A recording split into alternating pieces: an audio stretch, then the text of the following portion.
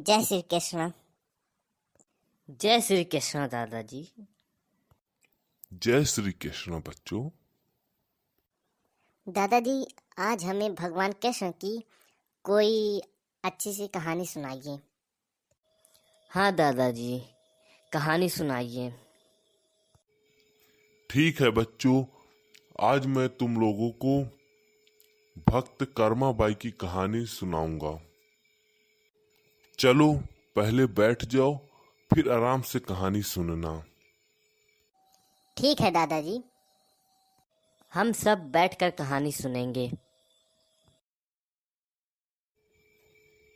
एक भगवान की अनन्य भक्त कर्माबाई थीं, जो भगवान को वात्सल्य भाव से प्रेम करती थीं।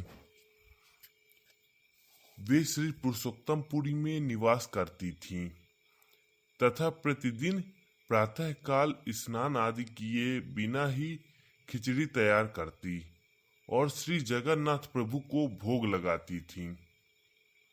प्रभु भी प्रतिदिन सुंदर सलोने रूप में आकर कर्माबाई की गोद में बैठकर खिचड़ी खाते थे।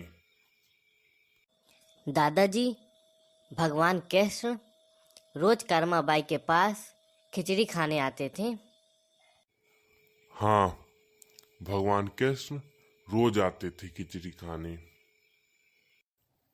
भगवान को भोजन में विलंब न हो जाए, इसलिए वे विधि विधान को न मानकर अत्यंत प्रेम से सुबह सुबह ही खिचड़ी तैयार कर लेती थीं। संयोगवश एक दिन एक साधु आए और उन्होंने देखा कर्माबाई अपवित्रता के साथ खिचड़ी तैयार करके उसे भगवान को अर्पण कर रही हैं। उन्होंने कर्माबाई को समझाया कि यह उचित नहीं है तथा तुम्हें स्नान आदि से शुद्ध होकर ही भोग लगाना चाहिए।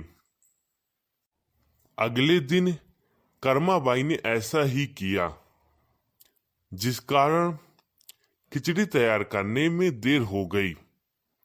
कर्माबाई मन ही मन व्याकुल हो रही थीं कि आज मेरा श्याम सुंदर भूख से छटपटा रहा होगा। दुखी मन से उन्होंने श्याम सुंदर को खिचड़ी खिलाई। इसी समय मंदिर में कई प्रकार के पकवान निवेदित करने के लिए पुजारी ने प्रभु का आह्वान किया। प्रभु झूठे मुंह ही वहां चले गए। भगवान को ऐसा देखकर पुजारियों ने क्या किया दादाजी? पुजारी ने आश्चर्य से देखा कि प्रभु के मुखारविंद में खिचड़ी लगी है। उन्होंने भाव विठ्ठल होकर भगवान से वास्तविकता जानने की याचना की। भगवान ने कहा, नित्य प्रति प्रातः काल में कर्माबाई के पास खिचड़ी खाने जाता हूँ।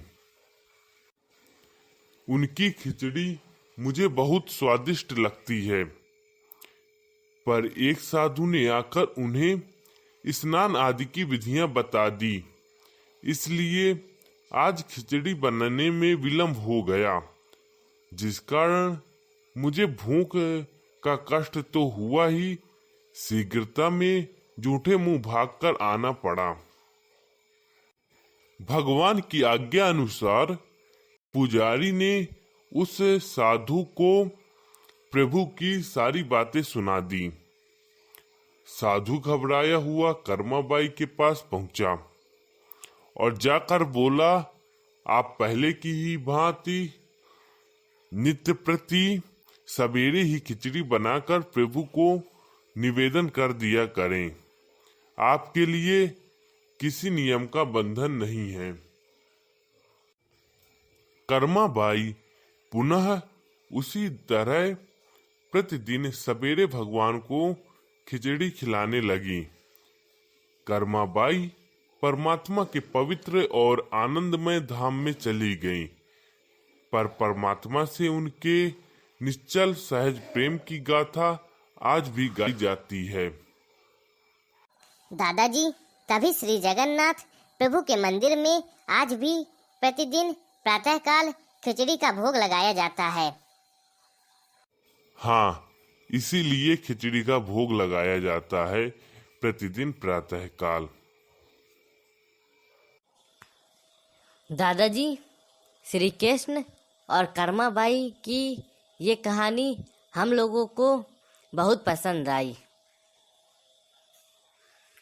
अगर आपको भी ये कहानी पसंद आई तो कृपया वीडियो को लाइक और शेयर करें और चैनल को सब्सक्राइब करें। और कहानी सुनने के लिए धन्यवाद।